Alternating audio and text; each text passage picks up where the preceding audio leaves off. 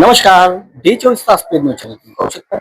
संपूर्ण भारतामध्ये ज्या कॅबिन आहेत ती कॅबिन आज धुळे जिल्ह्यामध्ये देखील आहे. तुम्ही बघू शकता राज्याचे मुख्यमंत्री असो, उपमुख्यमंत्री असो, IAS अधिकारी असो, अशा कॅबिन कोणाच्या नसतात जसे कॅबिन आज धुळे जिल्ह्यातील या ठिकाणचे आयुक्त महानगरपालिका यांचे. याच संबंधित या ठिकाणी अनेक लोकांच्या तक्रारी अशा आहेत की वेळेवर पगार होत नाही, तरी देखील एवढा मोठा खर्च या ठिकाणी होतो कसा, अशा पद्धतीने लोकांची देखील या ठिकाणी भावना आहे. हा जो तुम्ही बघू शकता या ठिकाणी जो जिना लावलाय, या ठिकाणी जे लॉक केलंय, इथून येण्या जाण्यासाठी लोकांना एक चांगलं सोयीस्कर होतं, परंतु या ठिकाणी हे लॉक केल्यामुळे लोकांना येण्या जाण्यामध्ये त्रास होतोय. आयुक्त साहेब जे हे सर्वसामान्य जनतेला भेटण्यासाठी या ठिकाणी असतात, परंतु जनतेला भेटण्यासाठी या ठिकाणी असं फिरून यावं लागतंय. त्यामुळे अनेक लोकांनी, वयोवृद्ध असो या निवेदन देणारे लोक असो, अनेक लोकांना या ठिकाणी फिरून जावं लागतं. तर लाखो कोटीवधीचा खर्च ज्यावेळेस महानगरपालिकेमध्ये होतो, तो खर्च हा कोणाचा असतो?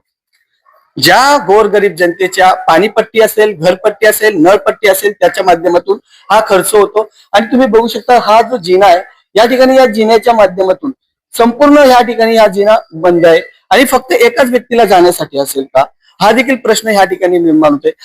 याच्या अगोदर जो येण्या जाण्यासाठी जो रस्ता होता हा होता, याला देखील ब्लॉक करण्यात आलं. नेमकं हा ब्लॉक करण्याचं कारण काय? जर अशा पद्धतीचं कॅबिन असेल तर आत काय बाहेर काय हे चालण्यासाठी कळत देखील नाही. तुम्ही बघू शकता राज्याचे मुख्यमंत्री असो व गृहमंत्री असो, कुठलेही अधिकारी असो, त्यांची कॅबिन पेक्षा ही कॅबिन कोट्यावधी रुपयाची या ठिकाणी निर्माण होते. आणि आज धुळे जिल्ह्यामध्ये तुम्ही बघू शकता अत्यंत रोजगाराचा प्रश्न असेल तो देखील नाहीये. नुकत्याच धुळे जिल्ह्यामध्ये निवडणुका झाल्यानंतर देखील काही काळ झालाय, तरी देखील या ठिकाणी एकही महासभा झाली नाहीये.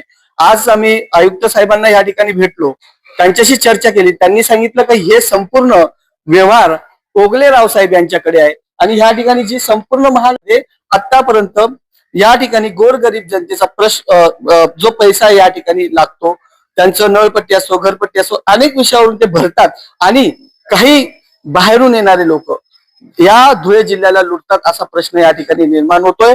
आणि अशा कॅबिना ज्या वेळेस बनतात त्यावेळेस हा पैसा नेमका कोणाचा आहे हा देखील या ठिकाणी जाणण्याचा तेवढाच जनतेला अधिकार आहे. कॅमेरामॅन निलेश डोळेचा, पवार, D24 तास चॅनल. जय हिंद, जय महाराष्ट्र.